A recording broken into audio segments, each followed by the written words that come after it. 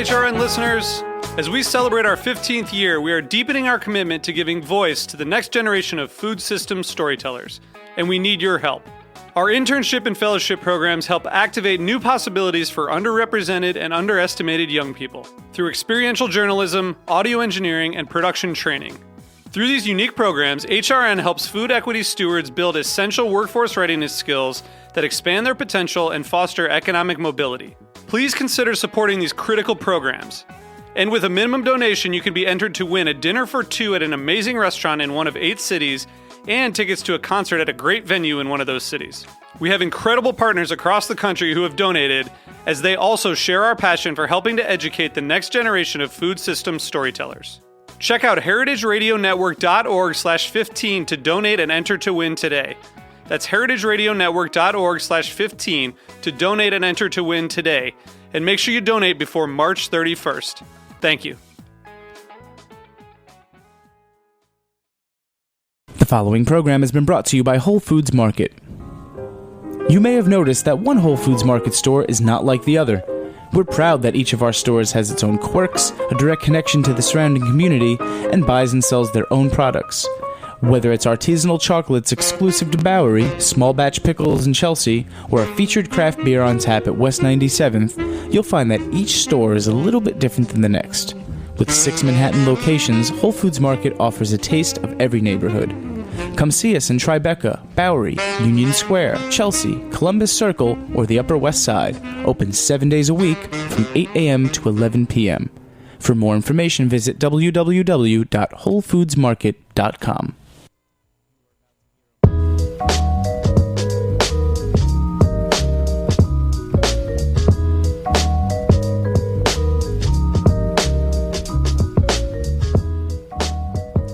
Okay, it's Thursday, and you are tuned into the Heritage Radio Network, coming to you live from Roberta's in Bushwick, Brooklyn, and you're listening to The Farm Report. We are here today in studio and on the line with Chris Major. Chris, how are you there?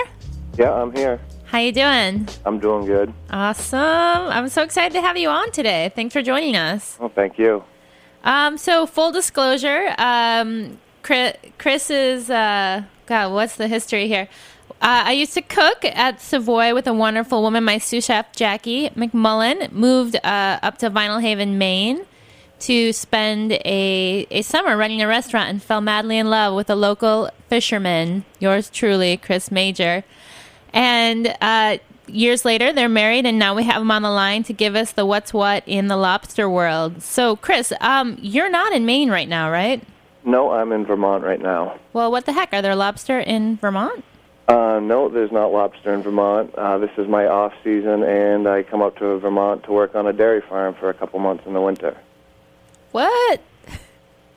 That's awesome. So, yeah, not too bad. Why don't you just kind of take us through, like, kind of quickly, and then we'll go back a little bit more in depth, a year in the life of a lobster fisherman.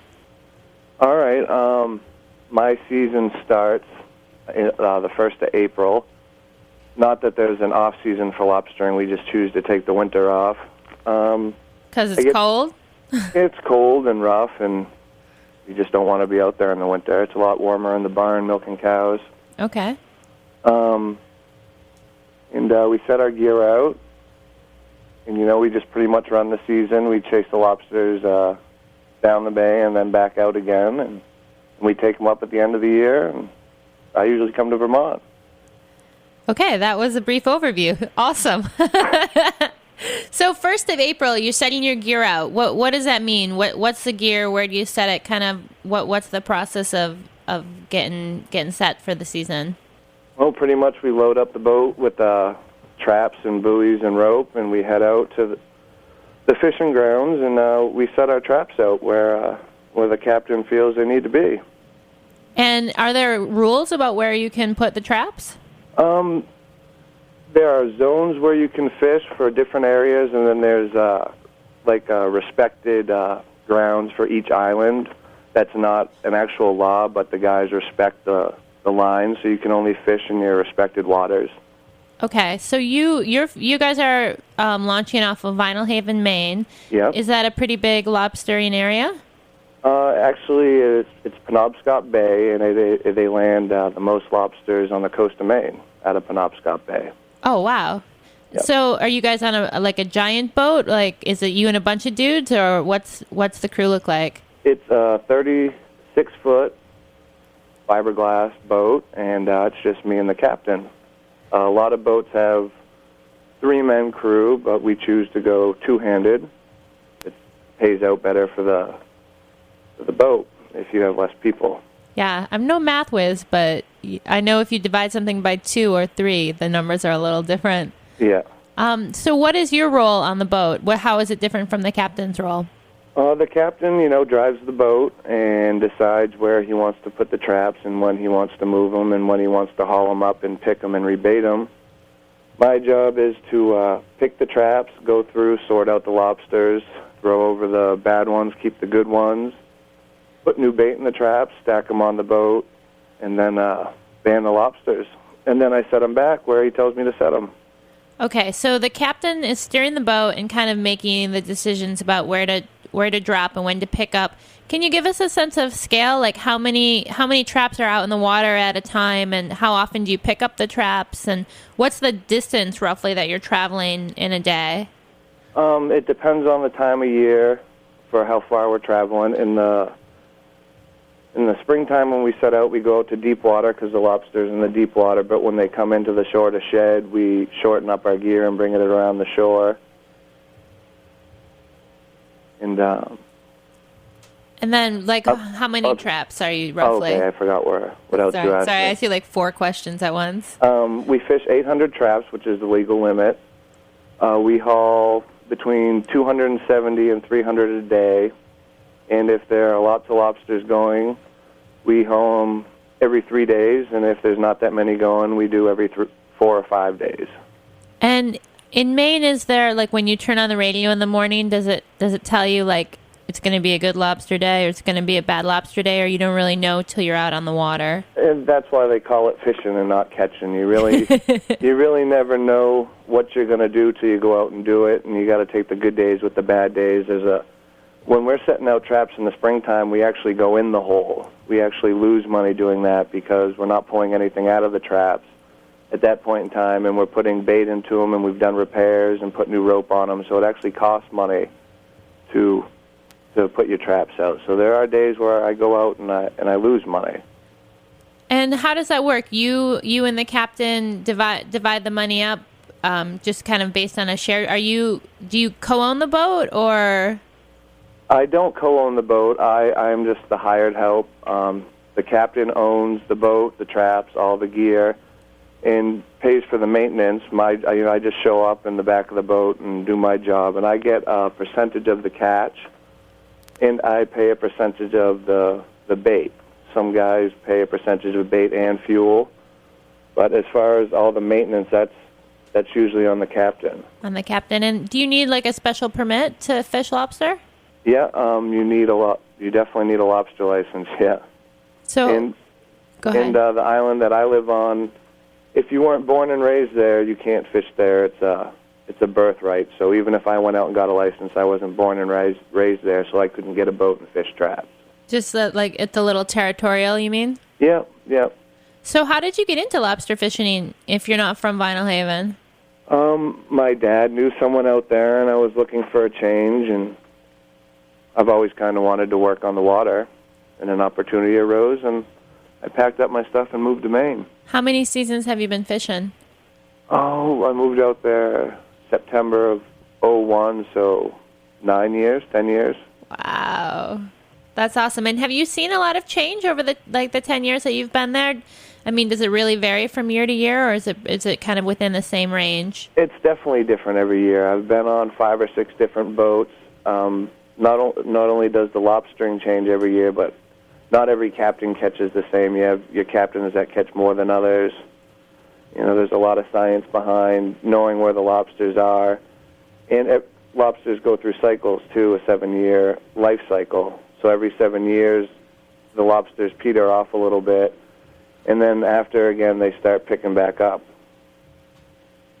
Okay, so there's the boat that you fish on, that's kind of typical typical size? You said most crews are 3 people, not 2. Yep. And so there's a bunch of different people like out on the water fishing lobster. So everyone's out there in April kind of setting their traps, getting ready to go. Talk a little bit about the bait. What does that consist of? There's many different types of bait. It's all pretty nasty. Sometimes we use herring, which is good because it supports the local community because other guys in the community go out and catch the herring and then sell it to us. We mostly use hard bait, which is frozen bait that's shipped in, which is frozen racks of fish where they took the fillets off. And instead of throwing the rack away, they sell it to us, and we use that for bait. So the rack, that's kind of like the head and the tail and the spine, everything but the fillet. Everything but the fillet. Usually the guts are in there still. Some fancy knife work. Yeah, nice stuff. So you're loading up the traps with the bait. You drop them in the water. You come back in a few days and you pick them up. So what happens to the lobster? You know, it's on your boat, and then do you guys like sell it to someone, or how does that work? There's stations in the harbor where we leave from that sell us bait and fuel, and in turn we sell them our catch. We sell to a fisherman's co-op. Okay, and that's like co-op in the traditional sense, where it's owned by owned by the fishermen, yeah, and we have meetings throughout the year and vote on what goes on there and go through the yearly planning and stuff. So we've talked a little bit. I mean, in the past, you and I have talked about lobstering in Maine and the kind of work that goes into making it a sustainable fishing environment. Can you tell us a little bit about that? Yeah, they're very strict on what you can keep for lobsters. We actually throw back 75% of the lobsters we catch. Whoa. There is a certain size they have to be. They can't be under that size. They can't be over that size. If it's an egg-bearing female, we can't keep an egg-bearing female. We have to mark it so that everyone knows that it's a breeder, and we have to throw it back in the water, and it's illegal to keep that. And the penalty is losing your license if you get caught with an illegal lobster aboard your boat. Really? Mm-hmm. Wow. How do you mark the ladies? It's the second tail fin over from the right, and we have a V punch, and we just punch a V in the tail. So then when you pull up and, say you pull the lobster onto the board, on board, and she's not, doesn't have eggs, but you can see by looking at her tail that she's no good to keep. So you literally look at every single lobster that comes onto your boat. When a lobster comes onto the boat, first thing I do is sex the lobster and see if it's male or female. And if it's female, I look at the tail to make sure it hasn't been notched before, make sure it has no eggs, and then I measure it to make sure it's of size. Wow, so they're getting a lot of attention. Yeah, I look over every lobster that comes aboard that boat pretty thoroughly, sometimes twice. The size measurement, I mean, what's the thinking behind the size? Does that indicate an age or? It does indicate an age. A lobster, they say, it takes 7 years for a lobster to reach 1.25 pounds, which is the average size of a keeper lobster. So, I'm sorry, what was that again? Well, so the size just kind of indicates that it's around 7 years. Around 7 years old, yeah. And it's 1.25 pounds is like a 7-year lobster. So what about like the jumbo lobsters that I see, on the Red Lobster commercials? Where are those coming from? They're not coming from Maine. They're coming from Massachusetts and New Hampshire. We can't keep the big lobster. We've set a law to protect those lobsters because those are the breeders. The bigger the lobster, the more babies they can produce, which is why we have a thriving lobstering industry. And is that different than those other areas? Their areas are starting to get shut down now. Their catches are dwindling every year. I'm pretty sure that south of Cape Cod was either talking about or shutting down their lobstering industry early last spring. So yeah, their practices are showing that it's not sustainable for them, which is really horrible because that could be a lobster we threw back, and it could have crawled down there, and the work we've done to save that lobster is just gone as soon as it crawls into Massachusetts or New Hampshire water. Sure. I mean, I think that's like the crazy thing about fishing is there's no real borders there. The fish, or the lobsters, whatever is moving around. Yeah, well, there's a line there, but only on the map. Right. Are you is there anything else coming up in your traps aside from lobster? We get a couple different types of crabs. We have ground fish that come up in them every once in a while, starfish, hermit crabs, sea cucumbers, sea anemones, scallops. Anything that dwells on the bottom, eventually you'll catch it in the trap if you do it long enough. Yeah. And do you sell any of that other stuff? We sell crabs, but there's not really much of a market for them, so we don't pay too much attention to them unless we're not catching a lot of lobster. Then we start saving crabs just to make up the difference. To make a little money. If we're on the lobster, we don't really bother with anything else in the traps. Got it. Cool. Well, we're going to take a quick break, and when we come back, we will continue our lobster talk. All right. Starting in my heart, reaching a fever pitch, and it's bringing me out the dark. Finally, I can see you crystal clear. Go ahead and sell me out, and I'll lay your ship bare. See, I'll leave with every piece of you. Don't underestimate the things that I will do. There's a fire starting in my heart, reaching a fever pitch, and it's bringing me out the dark. The scars of your love remind me of us. They keep me thinking that we almost had it all. The scars of your love, they leave me breathless. I can't help feeling we could have had it all. You had my heart and soul. in the Had it all. You had my heart and soul. We could have had it. The following is a public service announcement from Heritage Radio Network. Tune in to Hot Grease every Monday at 3:30 p.m. Hot Grease strives to bring sustainability, localized sourcing, and other forward-thinking schools of culinary thought to the minds and kitchens of everyday folk. Each week, Nicole Taylor's conversations cover the entire spectrum of food enthusiasts, from internationally renowned culinary masters to moms on a budget looking to impress their tiniest critics. Again, that's every Monday at 3:30 p.m. Hot Grease on the Heritage Radio Network. All right. We are back. You're listening to the Farm Report here on the Heritage Radio Network. We are on the line with Chris Major. Chris, are you there? Yeah, I'm here. Awesome. Talking lobster. Yep. So I want to back up a little bit. Can you tell us a little bit about Vinyl Haven and kind of what the lobstering community looks like there? I mean, is it a big island? Is it a small island? The island's 15 miles off the coast of Rockland in the center of Penobscot Bay. It's 7 miles by 15 miles. It populates about 1,500 in the wintertime and about 5,000 due to tourism in the summer. Okay. And so most of the people who are there year-round have kind of been on the island for generations? Is that fair to say? Or? Yep. There are definitely strong family roots there that are definitely very obvious and prevalent in the fishing. That my captain has 4 or 5 generations of his family fishing on the water right now. Oh, wow. Which is pretty impressive. Wow. So lobstering, that's something, I mean, people have been fishing lobster pretty much as long as they've been in Maine, right? I believe so, yeah. And, go ahead.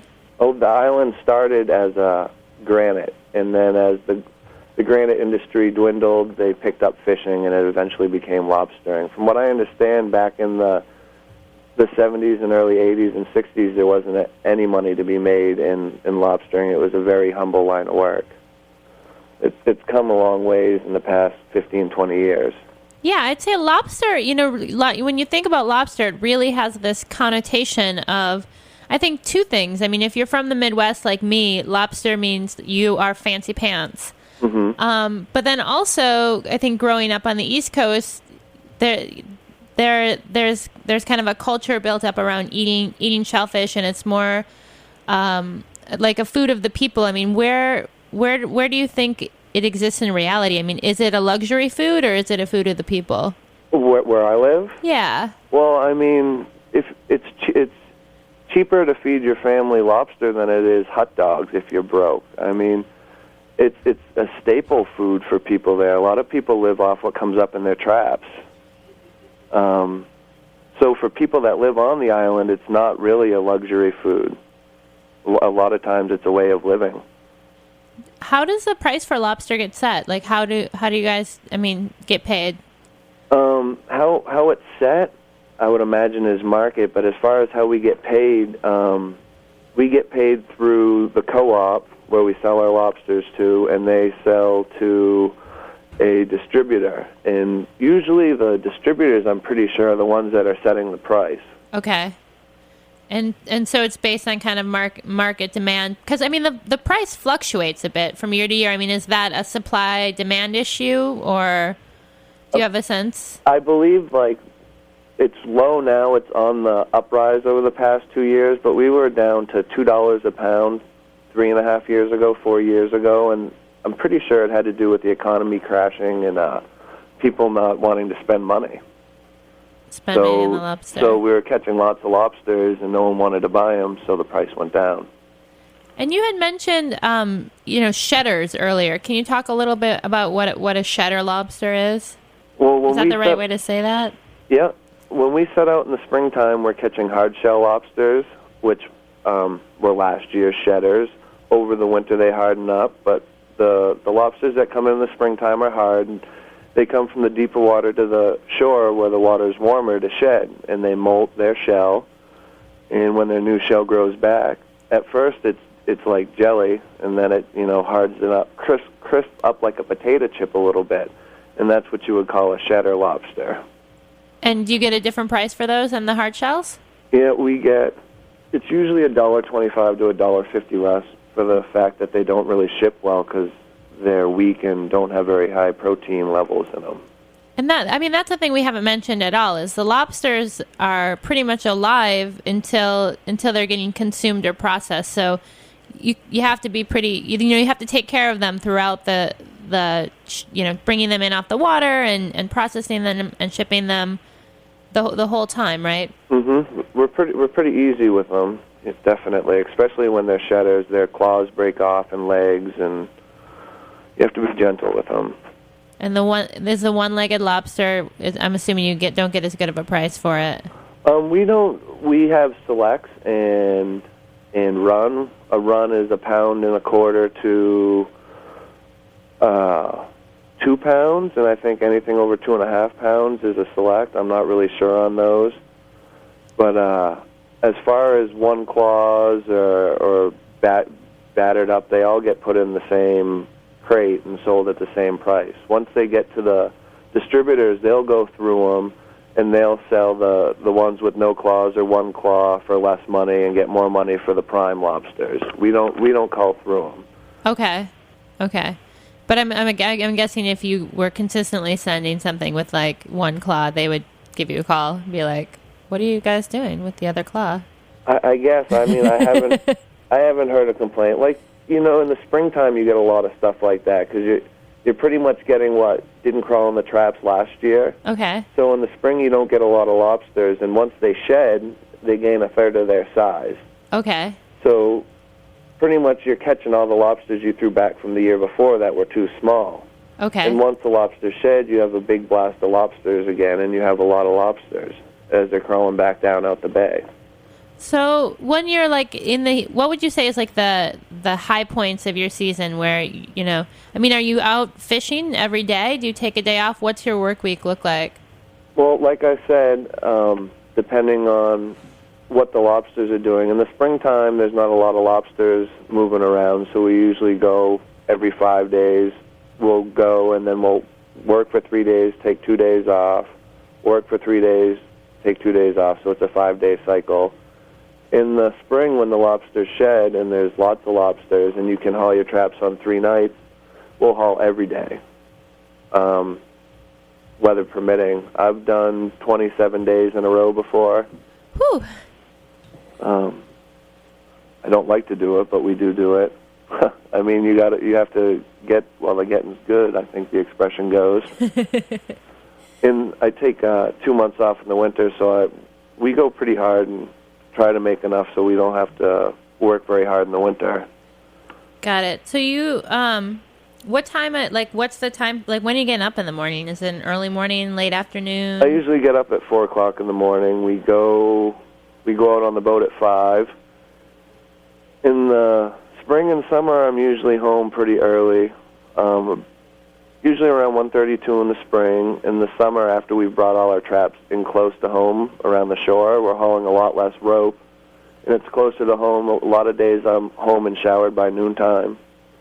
And then in the fall, when the days get short and the weather gets bad, I've got days when I'm out there till 6 o'clock at night. Yuck. So my days vary with the light season. and the weather. Okay.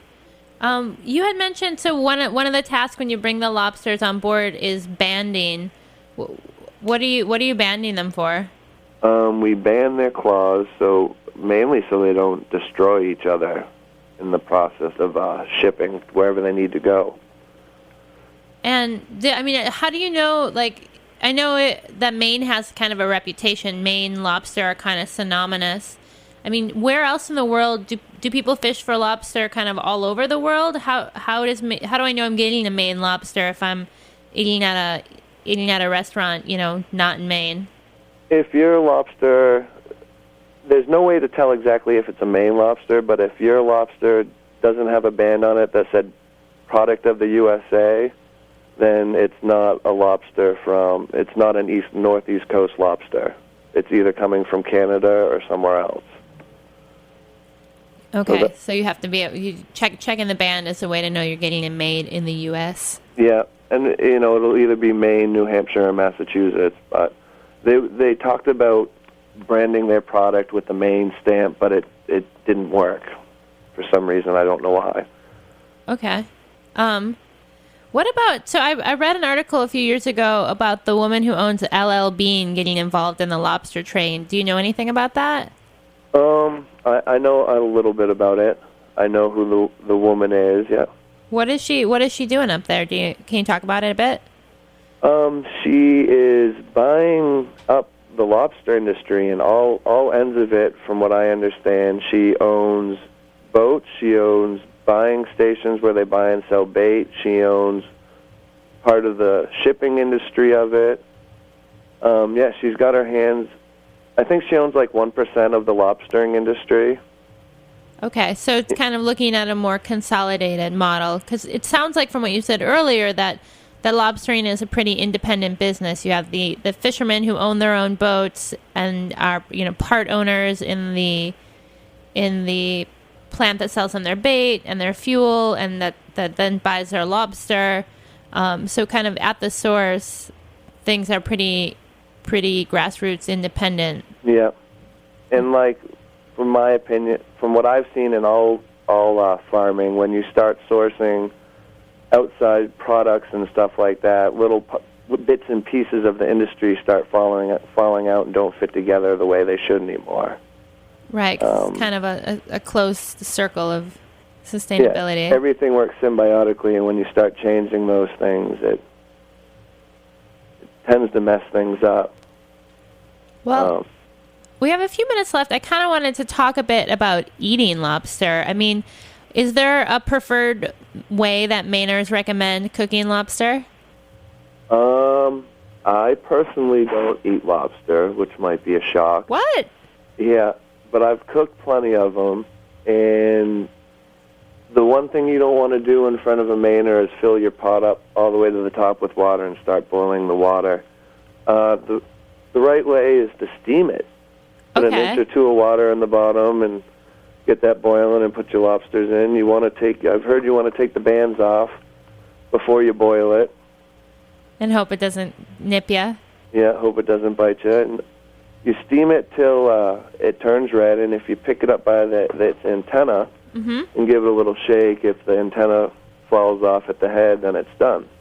usually about 7 to 10 minutes, depending on how many lobsters you have in the pot. And do they really scream? I think it's just more of a hiss more than a scream. I don't know. I just remember reading stories about that when I was a kid in the Midwest. I'm like, who are these crazy people cooking live fish in a pot of boiling water? Yeah. But that's Yeah, not... it actually turns a lot of people off, and some grocery stores have stopped selling them because it's inhumane to boil an animal alive.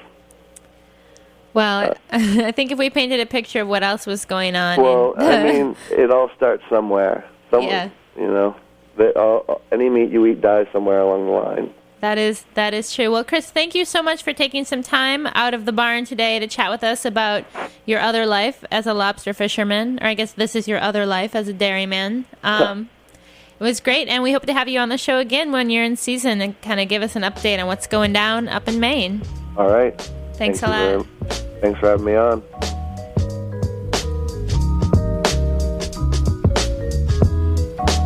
Thanks for listening to this program on the Heritage Radio Network. You can find all of our archived programs on heritageradionetwork.com, as well as a schedule of upcoming live shows. You can also podcast all of our programs on iTunes by searching Heritage Radio Network in the iTunes Store.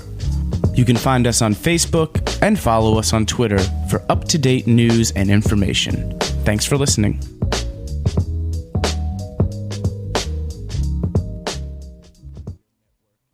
The following is a public service announcement from Heritage Foods USA. In late March, Dan, Andrea, Patrick, and the Heritage team are traveling to the coldest reaches of the Northeast Kingdom of Vermont to help the Cantor family tap sugar maple trees. Then the maple sap will flow down to the sugar house where it is boiled gently over a wood fire just as it has been for generations. Just a few days later, this grade A amber syrup will be poured into the beautiful glass jugs and sent to you for pancakes, waffles, desserts, glazing hams, or just drinking by the spoonful. There's only a limited supply, so order today. Each 1-liter bottle is $45, including delivery. Delivery will be at the end of March, and we will notify you of the exact shipping date. Each shipment will include a CD explaining the whole process. You can also follow us on YouTube while we work and bottle. In the meantime, you can head over to the Heritage Radio Network archives and listen to Linda Palacio talk about maple syrup on her show, A Taste of the Past, Episode 12. For more information, visit www.heritagefoodsusa.com. The following is a public service announcement from Heritage Radio Network.